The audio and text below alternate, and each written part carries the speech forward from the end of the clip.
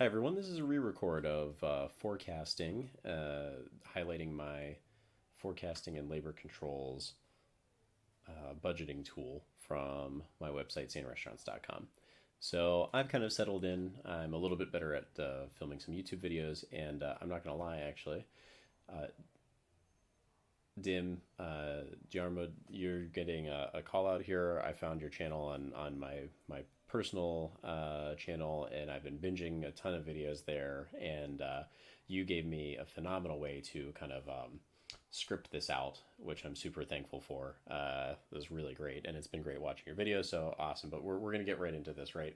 It's going to be a little bit more in depth. I've done a little bit of preparations. That way we can just kind of walk through a little bit faster how the projection tool, and then actually more importantly, really highlight this labor tool is going to work for your restaurants and what it does, and a little bit about the philosophy of modeling like this.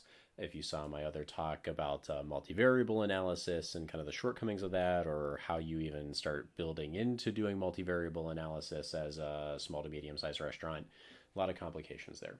So this should start sounding pretty familiar as we talk about httPizza. This is a mock brand that I introduced in my artificial intelligence title, self-published title. So as I read this out, it should sound a little familiar, I think, to restaurant operators, right?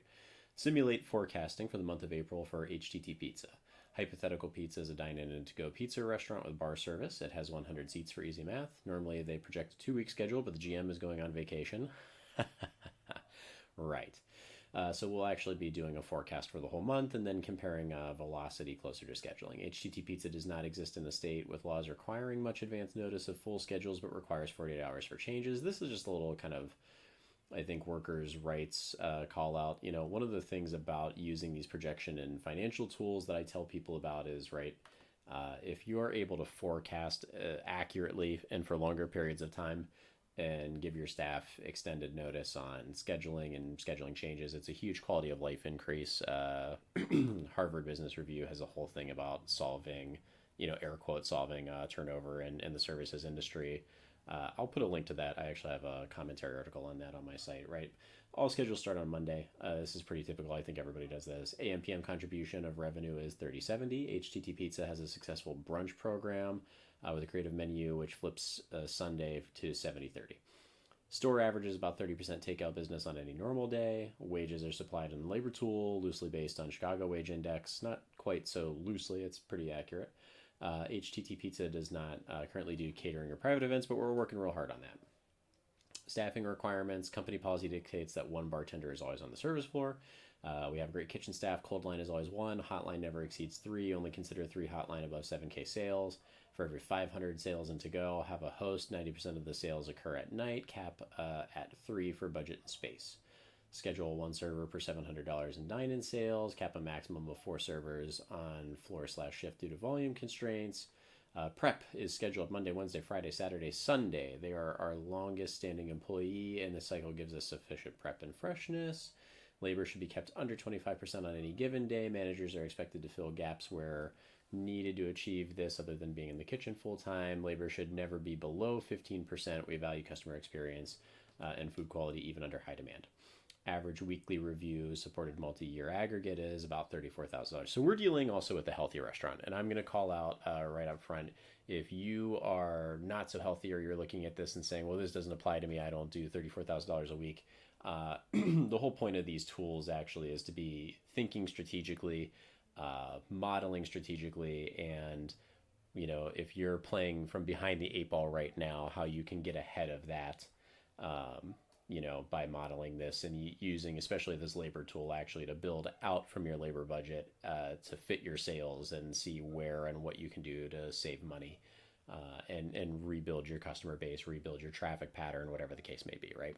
So in order to do this, what I did was I had Google Gemini over here model some data for us. We're existing essentially in this, let's call it like a third interstitial state, right? Because we have the historical data for March 2025 and April 2025. I went ahead and modeled the data for the full month of March 2026. So, let's just imagine we're like in the interstellar space where we can see time in an extra dimension.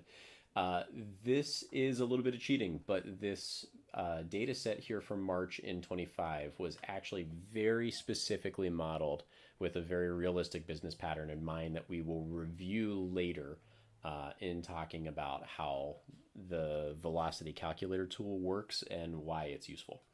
So the first thing I'm going to do actually is this is our example projection sheet. We're just going to go straight over to our March projection and look at 2026, right? And so you'll notice actually I already have some of these values copied over 25 and 26 as actual sales. So in reviewing a full month to go into the month of April's projections, right, we're going to take as much actual sales from 2026 as possible and compare them to our 2026 projections. These are moved a little bit because, as you know, I mean, one of the reasons I'm using March conveniently is it starts on a Sunday, so it's a pretty clean break for me to do scheduling for here, right? We're equalizing the Mondays here. This is essentially, right, like a financial week that we're forecasting off of. So when you're in a regular scheduling rhythm, these 2 days here, this Saturday, Sunday from last year's data and this Sunday that starts off the first day of March here would be part of the previous schedule, right? So you're always analyzing on Monday intervals, and so that's why these dates are kind of moved around a little bit. We're not changing the dates or the start or the this or that. This is still March 1st and March 2nd, 2026 data, but we just have it dragged down visually to correspond with Mondays.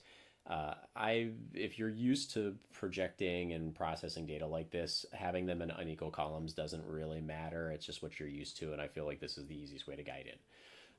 So what a lot of businesses do, right, is they will take a projection like this, and I'm also going to throw a tag in here. Dim, if you grace me with watching this video, even partially, this is going to be some ham-fisted and very slow, tedious things. One of the reasons I got lazy with Excel is I do things that are very easily legible for people that aren't Excel savvy. So some of the things that are important in this sheet are like protected or locked or hidden or whatever for the end users. That way floor managers who don't know Excel can use it as easily as possible and just put in flat data. Similar thing here. I'm going to be doing very simple kinds of like Excel formatting and formulas and whatever, if you can even call them that, just even basic equations. So that way anyone and everyone can keep up. And if you see a better way, if you know a better way to do it, like I'm sure many people will, you know, some will, then do it, right? More power to you. What winds up happening in a lot of restaurants is they'll say like, okay, well, this was last year's sales, and you know, we need at least 3% to beat inflation, because if you're not beating COI, then you're dying, right? So they'll take something like this and they'll say, okay, well, we're going to allocate some extra money to the advertising budget, or we've got, you know, Phil or Dan or whatever on Instagram, and we expect to see some benefit off that. So they just project a flat 5% growth. And cool, right? This is great, right? They just said flat 5%. This is what we're going to schedule off of. We're going to plan to grow and see where it goes. Cut aggressively if it's a slow day. This is a strategy. This is a real strategy. This is a pretty common one. I need to clear this real fast. Pardon my faux pas. A little spoiler alert. This is a common kind of strategy, right? But what we're going to do is we're going to use this running calculator, the velocity tool, to show exactly where we run into problems with that. So looking at a 5% flat projection here, right? Some of these numbers aren't so bad. And also, too, let's do this real fast, right? So we projected our sum here is 161, so 162, because it's, you know, 161.9. And then our sum here is 161. Sorry, yeah, 161. So these sums in business aren't devastatingly different. What is really interesting in doing these flat projections where we see inefficiencies is the business flow and some of the labor scheduling, where you're bleeding day to day, weekly. Even though you might have a generally decent idea, you might guess right, or 5% might actually be your growth rate. And if you have long-term business trends, if you're comparing all of your, January and February right now, and you're tracking your overall growth and you're up at 3 or 5%, this is an educated guess, right? And this is going to change and become more interesting as the year progresses. It's going to be more solid as the year progresses from a wider data pool. But I'm going to just demonstrate right here, right? So we have some really fun differences where right here. So 2025 was 8 grand. We were projecting to do 8.5 grand. We did 7.5. We were overstaffed on this day. And then same thing here too, right? For this, what is this? Friday. So this is a Friday, Saturday. We were projecting 7,700. We missed that target by, oh dear Lord, what is that? $1,400 or so. We were certainly overstaffed here, and that's not great, right? That's not good. Similarly, what you're going to see actually is a few other targets where, what is this, a Thursday? We were projecting to do 4.9. This is not so bad, right? This is not so bad, but from here we did like basically $1,000 more. We probably gave some bad service here. Similar thing, right? This, especially on the 23rd here, this is a Sunday for a brunch. We were expecting to do 4 grand. We did 5.5. So looking at these and where these go wrong on a flat projection, just even on the little tiny weekly intervals, is where you see where you bleed labor or also cost your brand money because you weren't predicting the game right. So in talking about predicting the game right, and we're saying, projections, and in my other video explaining some of the philosophy behind this, right? These are educated guesses, and they're not crystal balls either, right? Like this is modeling previous historical consumer data and expected spend. Like, right, this represents real money that left the hands of guests and went into your bank account ostensibly.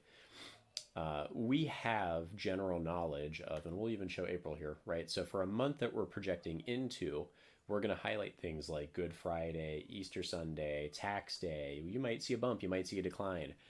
You're going to know what your local economy is, right? If the local factory closed and the unemployment just spiked by 20%, you're going to be projecting down. If the overall economic situation is booming and great across the entire country, you're going to have a little bit more aggressive numbers, right?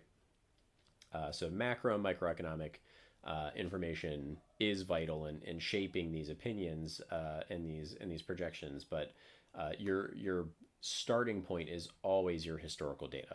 This is always a very significant thing, and making purchases and even like signing commercial leases is the historical data from the previous, retail space or whatever. Even if it's a different kind of concept, it's at least a starting point, and it's better than nothing. And like we said before, this isn't a crystal ball, right? What this is doing is this is a guideline. This is designed to give you an educated starting point, and then use different mathematical and logical approaches and strategic approaches to refine this and control your labor spending.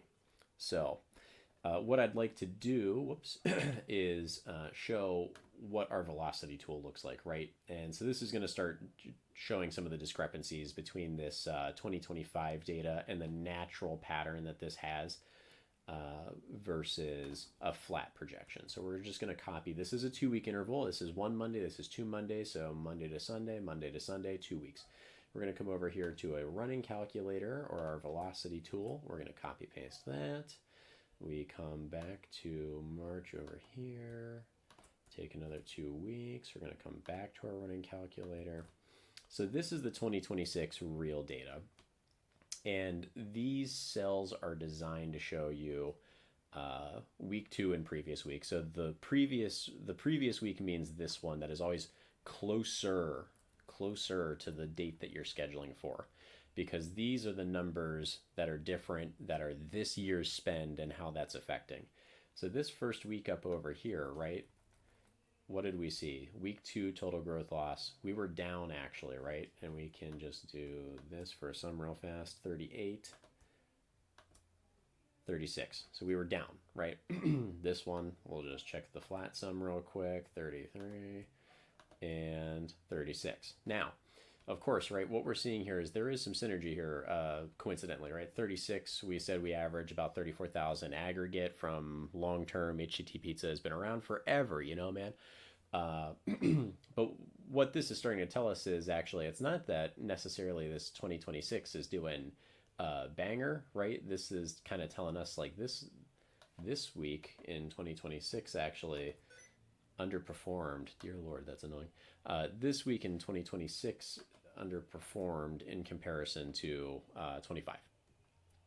And what these indicators here do, a very wise man once told me in the restaurant world, he said, if something happens once, it's an anomaly. If it happens twice in a row, that's the start of a trend. And I think that's a great thing. You can scale this velocity tool out to a month, a quarter. It's essentially what you're looking at when you're comparing your first quarter numbers to last year to get that solid sense of, okay, what is our direction for this year, right? But doing this very granular thing kind of shows you these week to week trends. And one of the things to be sensitive about with the sensitivity tool here is this is an 11% change here on a Tuesday.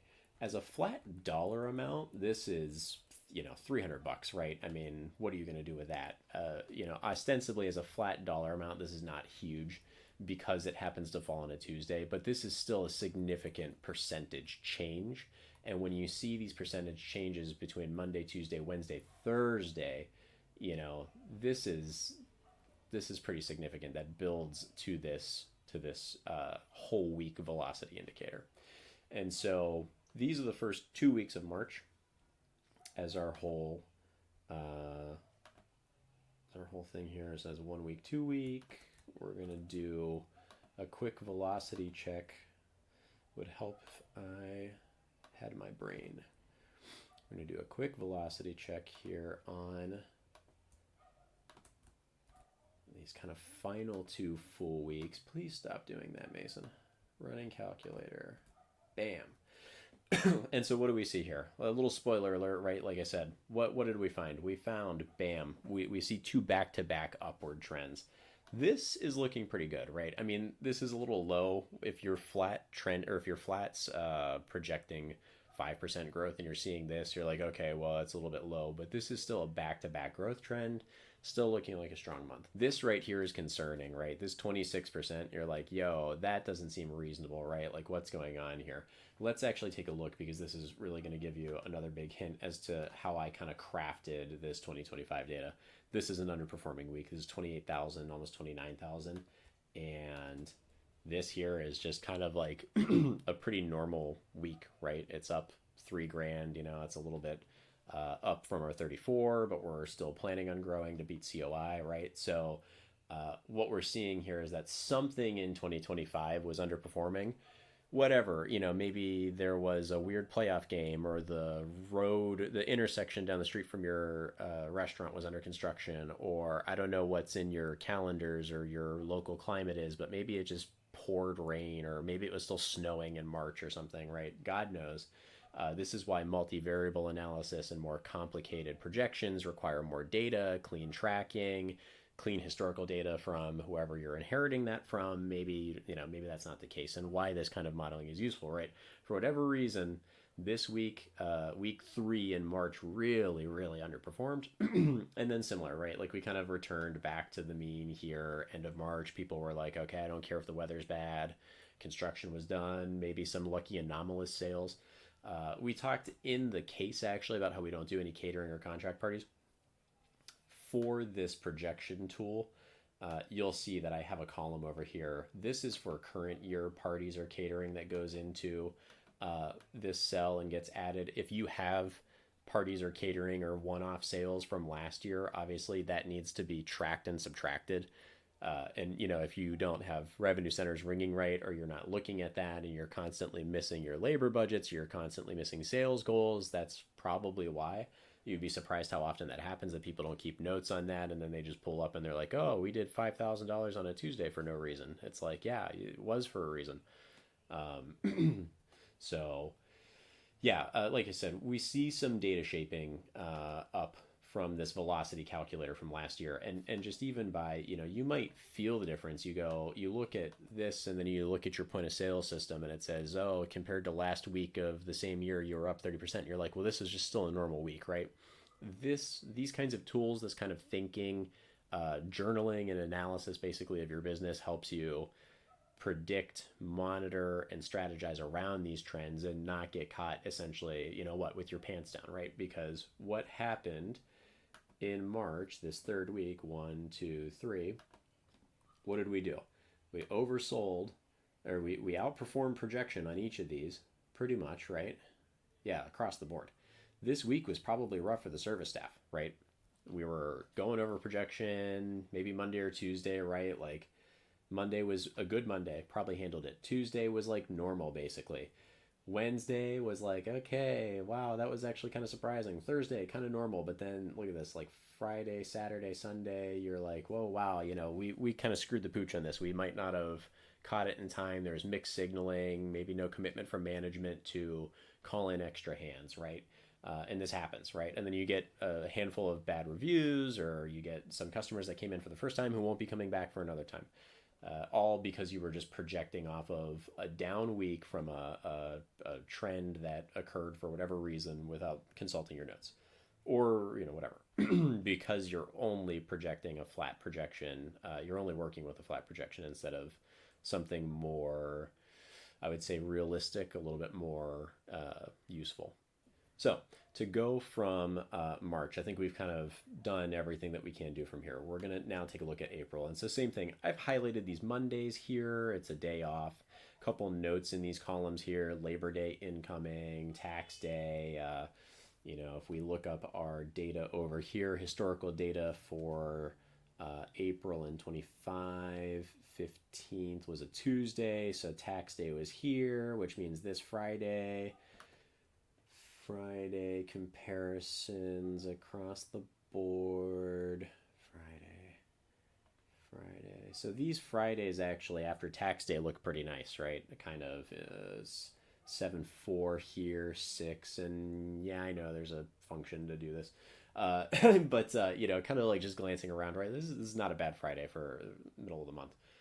This is something else you'll see actually too. This is really fun. A little tip and trick of the trade here.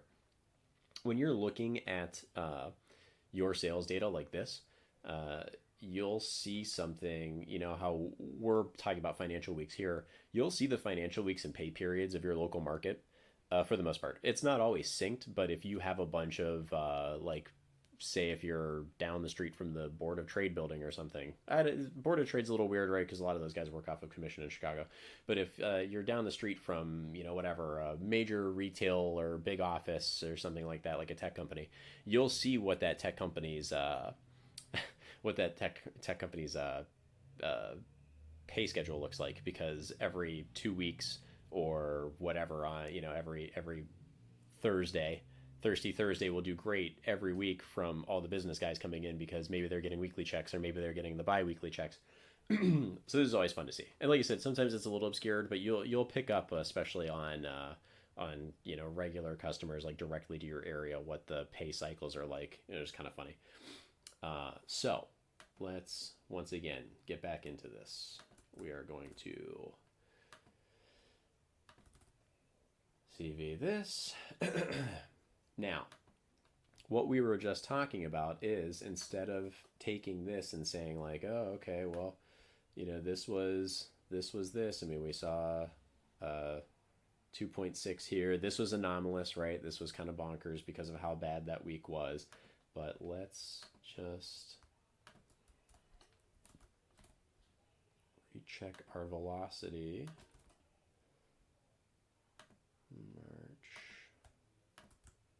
Let's just recheck our velocity here real quick.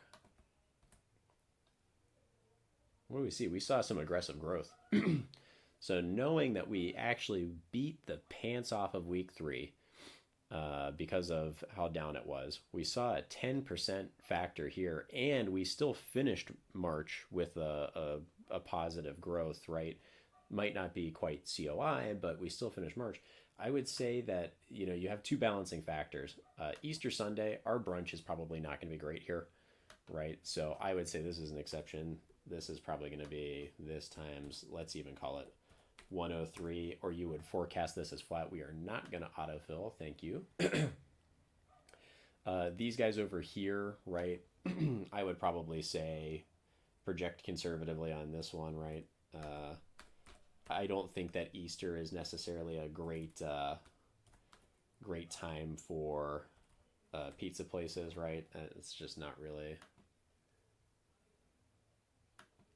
Hello?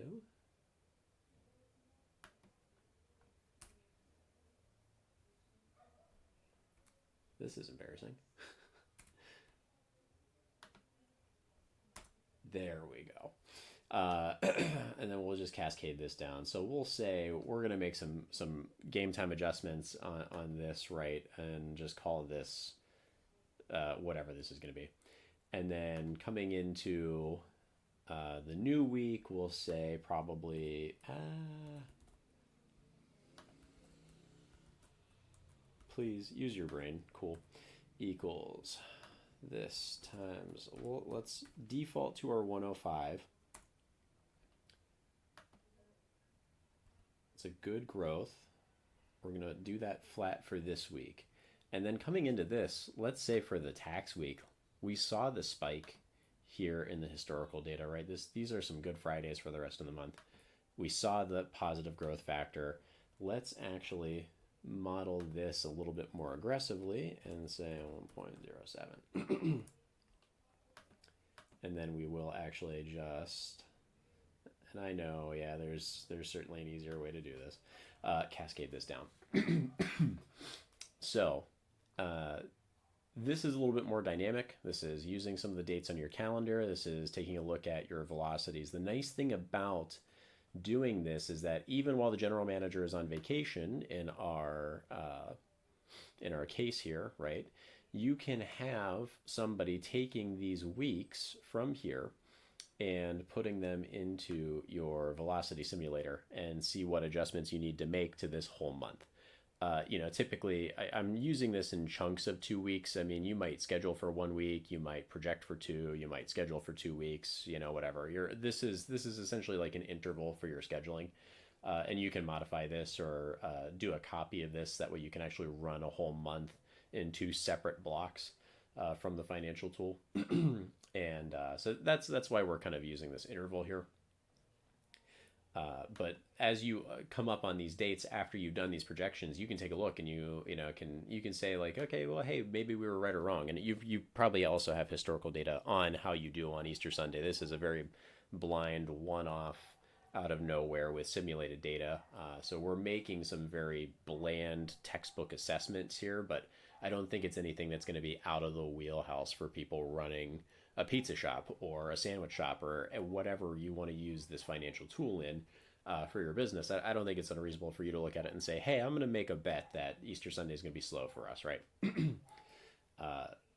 Making our adjustments on tax day, using this 1.7 as the average between our flat projection previously that kind of burned us a little bit in March. Whoops, that's we want to be beating COI. This is a sales target. This is like a minimum we want to be seeing, and a business health indicator. 105 is what we're going for, what we're seeing, what we're trying to get out of our marketing budget, right? But we're taking the split between that and saying 107 because we saw the 10%. We blew week 3 out of the water, and we saw the equalize at the end of March. So we can be a little more aggressive on the rest of this projection, especially with tax day, and probably be a little bit more prepared as far as staffing goes. The keen-eyed among you probably knows the difference in timestamp. Probably nothing more relatable for restaurant people than being interrupted and having to do something later. So now we are going to get to the labor tool and take our projection. So like we said, this was the portion of week difference and everything between March and April rolling. So we're going to take the first full week in April to project for, which is going to be, let's see here, this is our Monday here. So Monday last year, 4/7, first Monday last year, 4/7. Cool. So this is our first week of April projection. 1, 2, 3, 4, 5, 6, 7. We're going to do something a little tricky here because I don't think that's a cascade. So I'm going to Control Shift V to paste values only, and then Control C. What we're doing here is when all of this is, if you make your own or if you purchase my financial tool, all of these are essentially, quite a bit of this, maybe even like the working month that you're in, is going to be all in one document or Excel sheet or Google sheet or whatever.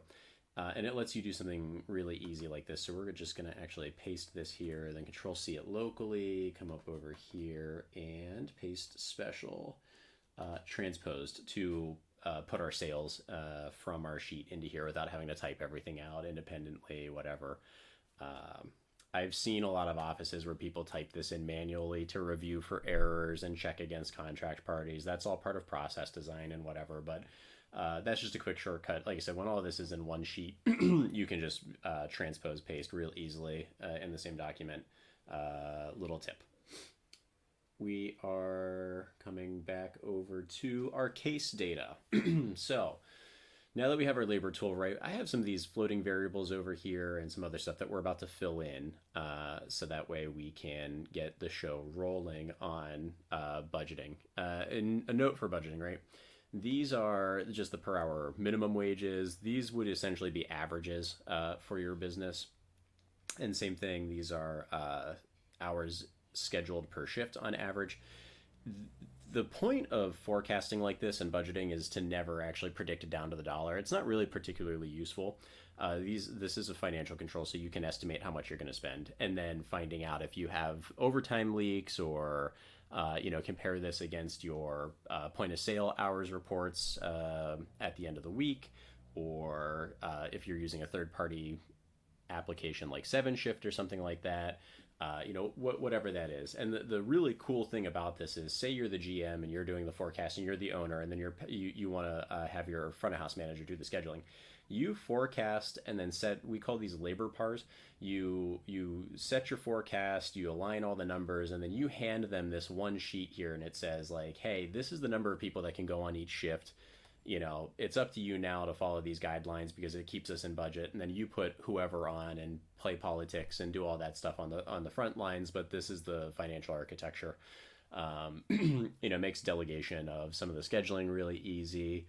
You can even actually set this graph or this chart actually onto an extra sheet and keep the side open for notes and print everything off so that way your FOH person can schedule and KM can schedule all of their respective parts for contract parties, catering, and anything like that, right? So we're coming back to httPizza and all of our constraints here to start filling in our labor tool, right?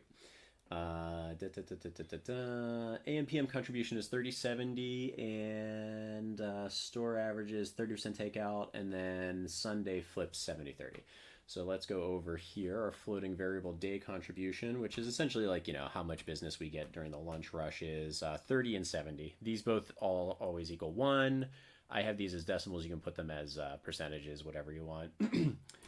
Carry out similar is 0.3, which means that dine in is 0.7, so that way everything already equals 1.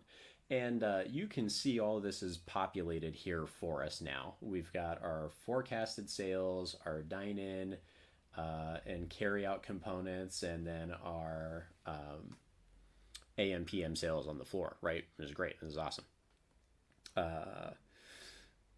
What were we? Oh, Sunday is a brunch exception here. If you have this tool in-house, you would probably change this AM PM portion, the formula cells in here, to reflect the way your business actually performs. I am feeling kind of lazy right now, so we're just going to leave this. We're going to remember when we're filling in our labor pars and schedules over here to flip the revenue spread on this. Because brunch on Sunday does the bulk of business, and then we kind of trail off for whatever hours we're open on Sunday, right? Coming back to, let's see, your wages supplied. Okay, staffing requirements says that 1 bartender is always required on the service floor. So let's take care of that right now. These job codes are broken down, right, and correlate to the wages. The nice thing about this is this tool is designed to be flexible. So if you have like a full brigade instead of something like a cold and hotline or something, you can modify a few of these things and, put all of the brigade basically in one, and then like your garde de mange or whatever on cold. And If you have a food runner but no key manager, you can swap some of these around. It's designed to be a kind of like intellectual groupings for this, and then you can customize the template to best fit how your business is flowing and structured currently. Keep a copy of this flat, or send me a message, whatever, if you wind up buying it, because if you grow and change as an organization, then some of this might have to change. And so, it's easy, but if you're not Excel savvy or you need some help, it's not a big deal. We're going to take a look at our bartender, and company policy says that there's a bartender on every shift. So we're tabulating labor expenditure per day part and for the total week. And then we have dailies down here for the whole thing. And then we have our labor as a percent for total weekly sales, all calculated live for you, right? So where else were we?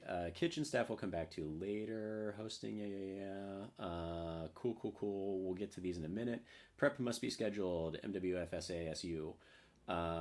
Let's do that right now. Labor tool. Prep. Monday, Wednesday, Friday, Saturday, Sunday. 1, 2, 3 is 5. Is 5 on, 2 off. Labor should be kept under 25%, so we'll pay attention to that. Should never fall below 15. Probably not going to have that problem. And then, cool.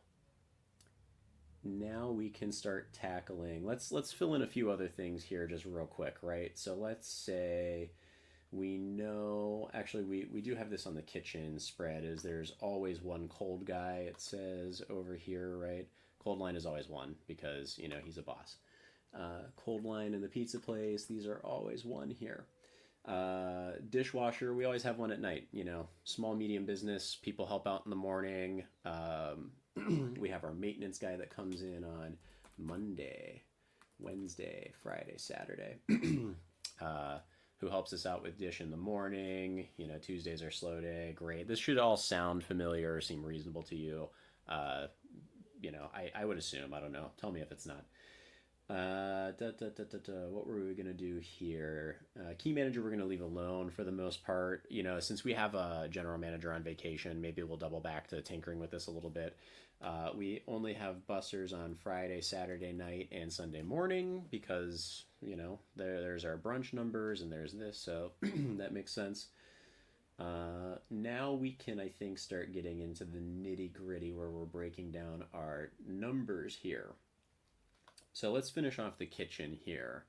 It says for kitchen staff, hotline never exceeds 3. Only consider 3 hotline above 7K sales. So let's come over here. We're going to take a look. We've got 2 days that qualify on hotline. Friday, Saturday at night. Sounds like, let's put on 3, right? I mean, these are pretty busy night portions. I'd rather staff up and take a look at our final percentages and see if we need to adjust down. But this should be nice, right? Big busy day. Let's see here. We're always going to probably have one hotline guy on in the morning. Our dine-in PM sales here look like we could probably do, what are we going to do here? Let's say 2, 1, 2, 2, 3, 3, 2. Cool. And I think this is reasonable, right? We don't really have a full efficiency metric for these guys. We're kind of winging it on the kitchen, but Tuesday is obviously our slowest day, especially for dine-in PM, right? Which is our PM night guy, how much he's going to be handling on his own over the course of, 6-7 hours. So I just kind of broke this off. Anything that's well over $2,000, we'll put 2 guys on. You can stretch this, or I'm sure right? Like you have some kitchen guys, they just hunker down, throw their headphones in, and they start cranking tickets, and it's not a problem, right? Let's see here. So that's kitchen more or less taken care of. Let's take a look at this carry out position. We said in our case start over here that every $500 in to-go sales, we have a host with a cap of 3 for budget and space. 90% of the to-go sales occur at night, right? So here we go, carry outs. Looks like we've got quite a bit of carry out going on here. So the first thing to take care of is going to be Friday, Saturday. Carry out sales, we cap these at 3. This one is tricky. 90% of sales happen at to go at night, but it's brunch. Let's put 2 on. This is another kind of like insider thing where you're going to know the flow on this. But playing by the rules, I think it's safe to say, this is probably going to have a non-zero contribution to brunch pizzas going for to go or something like that. And our total sales for PM are the 1100. These numbers get flipped because, like I said, we're being lazy here. So our dine in is pretty slow. So, worst comes to worst, manager can be on the floor while the 2 hosts handle literally all the to-go stuff here. Up here, boy, what do we got? Let's call that 2 here.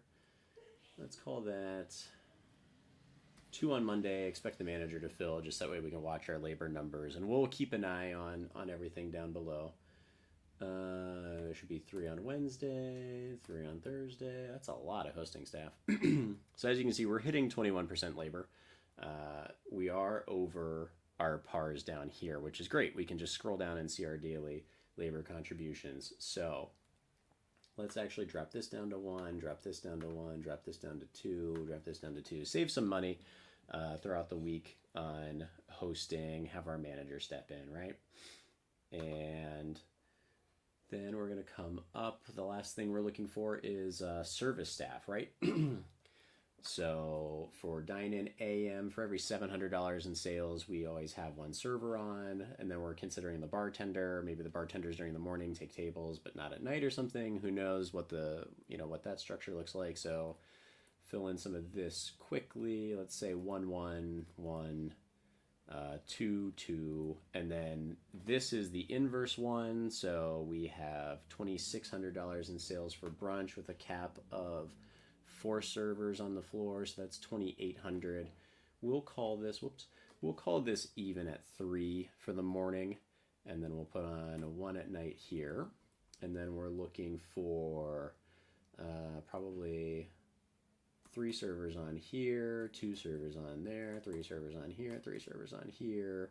We'll put on 4 servers here and 4 servers here. So we're sitting at 26% labor here. We could probably do some trimming. We can see the days where we're a little bit bloated on these numbers versus company policy.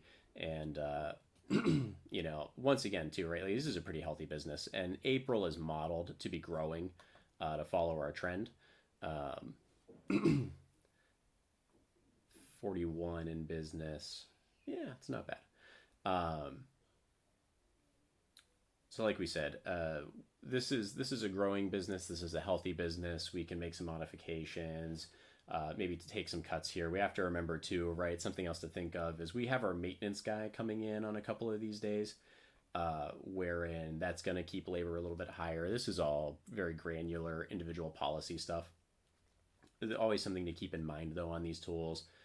Building maintenance and having a clean restaurant is more important than saving a few points on labor. Sometimes it just happens. So this is a quick overview. Like I said, we filled in all of our pars. We tried to follow our sample as closely as possible. Theoretically, this is also a week where the GM is on vacation, so probably willing to take some higher labor numbers, maybe throw on a key manager here from time to time. But this is all live, interactive. You can see all your pars, your total labor expenditure. Use this for comparison and control to look for overtime leaks, missed shift audits, all that stuff from 7 shifts, POS reports, anything like that, right? So I think to wrap this up, we'll be transitioning here. Yeah, a little bit of a hard transition on the jump here, right? But we are going to take a look at how I generated the mock sales data, just to review a few things, right? So for that March 2025, where we were talking about the failures of flat projection, I told it, right? Like, 34,000 from, last year or multi-year aggregate data, whatever. Random sales velocity with variance no greater than 15% that moves in a week-to-week trend. Week 1 was good. Week 2 not so good. Week 3 was terrible. Then week 4 kind of smooths out the slope. Weight sales data towards Friday and Saturday for the weekend bias. This should all sound, I think, pretty reasonable, right? Sundays should have a solid weight in the data to account for successful brunch program. Tuesday is the weakest day of sale. I just kind of picked one. It could be Monday, Wednesday, maybe Thursday sucks in your area, whatever. I got this as copy pastable, so we did this. This is the underlying logic, and like I said, this I think is pretty real. It could happen for all kinds of things. You might have notes on it, you might not have notes on it, but when you're doing a flat projection, you need to consider your data source and thinking that it could be from a year ago, or you can't read your handwriting, or you don't have notes. You want to be modeling, understanding what was occurring that week as accurately as possible. So that way you're not only modeling, a 5% jump on week 3, like we saw here, would have given normal sales data. We beat that 1 week by 10%. Week 3, we beat by like 26%. That's not a normal beat. That's because the modeling was wrong, right? You probably gave bad service during that, the weekend especially. So in avoiding that and understanding that you're leaning towards a 7 to 10% beat, so that way you don't see this disastrous 26% like beat and have this horrible weekend to report for or answer for with your customers and your employees. Um, you know, Not just relying on that flat projection is really important. This is our little chat about the month of March, right? So we said that March was going to be doing better. This was a kind of a flat week, only up to show a healthy, growing, viable business rolling forward. That's exactly what we saw. Yeah, this was just, like I said, the growing March moving forward, no downward variance, a healthy growing business. Our April, whoopsies, we're splitting the difference. We're doing the 1.07 because 1.5 wasn't modeling enough. March is looking good. We're hoping to continue growing. Weather's getting nicer. And then as March goes with our data rolling in, or as April goes, pardon me, with our data rolling in, we keep coming back to our velocity calculator to see if the projected month needs any adjustments. And like I said, cleaning up on this, right? If you schedule a 1 week or 2 week interval, you might forecast, 1 or 2 weeks at a time. Maybe you're forecasting a month or two at a time and then adjusting with the velocity calculator. This is like a weekly financial meet between owners or CFOs or GMs with managers and stuff. I don't know if there's anything else to clean up on here, and so much for keeping this shorter than the other video, but at least this one I feel, is more in depth. And that video is going to stay up. We're not afraid to show how we've grown or what we've learned in terms of even me producing content, right? I think in cleaning this up, if you don't want to reference the other, early video, rambling talk, once again, projections are not crystal balls. This is not the stock market fallacy. This is modeling to the best of our knowledge, to the best of our ability, predicting customer habits and spending patterns on, local and global economy as much as it impacts us, and having a plan for purchasing, right? Because once you have all of this, right, like take a quick think on this for a minute. Now that you have your forecasted sales, and I use pizza because it's a pretty easy one, 80% of your sales mix is pizza. 30% of your dine-in revenue is probably, not to keep using 30%, right? But 30 to 40% of your dine-in revenue is probably your beer program or, your booze.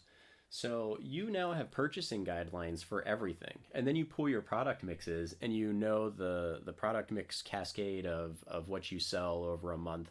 So you can order tighter inventories. You can expend less money up front. Obviously you're gated by case sizes and bulk pricing, but if you're not seeing this kind of growth and health as a business, right, and you're looking to control all of your budgets tighter, right? I mean, this does everything for you. You see your labor dollars. You can take risks here where you're going to cut down on your